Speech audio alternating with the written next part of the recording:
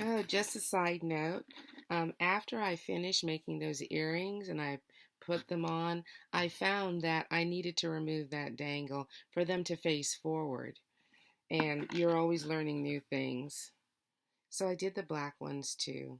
And I hear the house waking up, so I guess my 15 minutes is up. But I'm going to remove the dangles from this so that they face forward. I did like the way they hang, but they don't hang facing forward, and I need them to hang facing forward. Alrighty, have a wonderful day. Good morning, and welcome to Anne Marie's workshop. Every once in a while, I wake up a little too early for the day and because my brain is restless, and it's a perfect time to craft. House is quiet, nobody's asking you for anything, so if you have a little studio space or a place where you can go, it's a perfect time to craft. But one of the reasons I think I got into craft in the first place was that I needed to solve certain solutions. Sometimes when you go shopping for earrings, bracelets, and things like that, you cannot find exactly what you're looking for. Or in my case, you saw something in Vogue and it's way out of your price range. Or you're inspired by a movie. I was inspired by the earrings and bracelets and jewelry that I saw in The Man from U.N.C.L.E., the latest one. And they were like the pieces were large, too large for me. I'm too short for that. But I love enamel. And so I found these beads at Michael's. I'm sure you can find similar things at your local store. They were on sale as well as having a coupon. So I try to look for sets that have repeats so that I can come up with a pair of earrings. So this set, I don't know exactly how much it cost, but I got it at Michael's. Um, there was two repeats, so I can have two earrings. And I don't know about you, but I always tend to lose one earring, so I tend to make two pairs of everything. So first thing I did was, it looked good from either side, but I would like it to face forward. So I'm gonna have to add, or these already come with a ring in the front, so that when I put it on a drop. Uh, Finding for an earring, I like to use these ones that have the backs that open and close. When I use that, it will face forward. Okay, so it's really simple. All I did was take the bead out of its container, or you can cut it. That would probably work better in. Okay, so I cut it away. Okay, and the hardest part for this type of bead is that I guess they really want you to make a bracelet, and it's a beautiful thing. I think I could make a bracelet. I might go see if they have any more and have that to match the earrings, but I really want the earring. The black enamel piece is actually a bonus. I really want the white enamel. I have a lot of clothes this summer that could really pop with the white.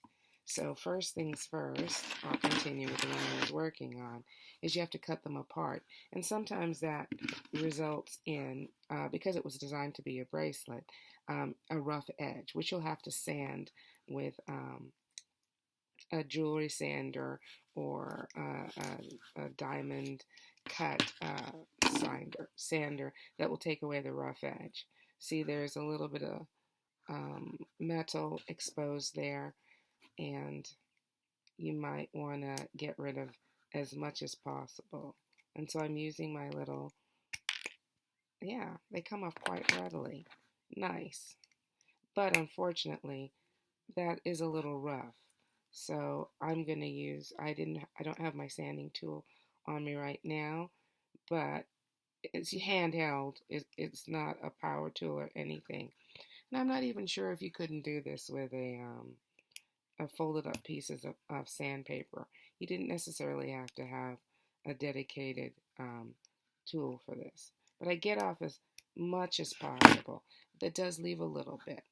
All right. And it already came with a ring at the top that I can attach my earring piece to. And it is really simple. I use one of these pliers to open up the bottom of the earring, and you can find all these things at your local craft store. It just takes a little practice, and you get the hang of it. So I'm going to hang this on here.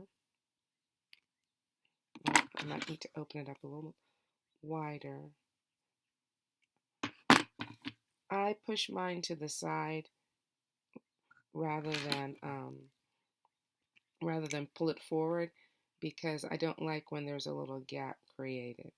So then all you do is use these needle nose pliers to put your piece back in place, and voila, that's the earring. It's really that simple. I'll do it one more time with this other piece. Alrighty. And I said I was going to stop saying alrighty, but I don't think I can. And I'm going to find a matching earring holder. This was one of the longer ones. So let me look in my tray. And I buy findings, especially when they go on sale or clearance and in the jewelry department. And findings are the things that you find to complete your projects with these jewelry, with these various jewelry things. Oh, I have another one. I keep all my stuff in these little boxes I got from the craft store. I frequent Hobby Lobby, Michael's, Joann's, places like that. You can find them anywhere. And whenever they have tubs like this, I invested decades ago in these little containers. You can also use those mechanical. I use those mechanic crates that have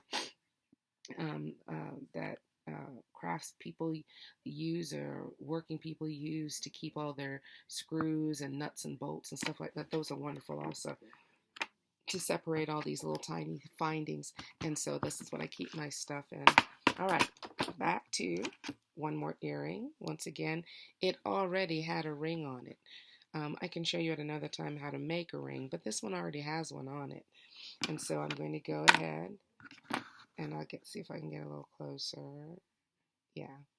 And I'm going to tip it to the side to open it.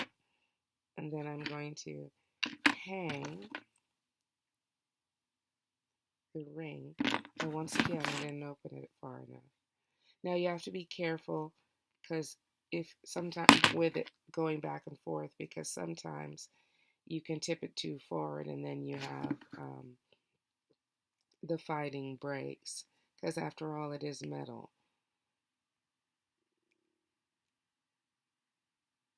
Alrighty, there it is. Alright, and so in a couple of minutes, 2 earrings custom made for your clothes or what you need. Alright, I just thought this was a lovely bead. It has a crystal center, and I'm a huge fan of enamel. Let's see if I can get that to focus for you to see how pretty it is. Oh, maybe. Alrighty. Okay. So not bad for a early morning wake up. And you can play some music. That would be wonderful. Also, I always like to share what I learned. This past year, I learned to not obsess about having everything exactly how you wanted in order to start crafting. Because I have a craft room now, I can leave a lot of stuff out. And if you have 15 minutes, you can get something done. And what I had to learn to do was not obsess about looking for one thing. I have a jewelry pad that I usually use to do. It's an old puzzle from my kids, but I love the fact that nothing rolls and it's green and pretty and stuff like that. I think it's a scene from Madeline, the book, for a children's book. But I realized I was spending about 10 minutes to look for it. And while I looked for it, my 15 minutes to do this before it gets noisy around here disappeared. So I'm trying not to obsess. And I've learned that, okay, whenever I go down that tube, to click myself out and say, look, by the time you did that, I could have done these black earrings, which would be cool too. And I think I'm going to do that. I hope you have a wonderful day.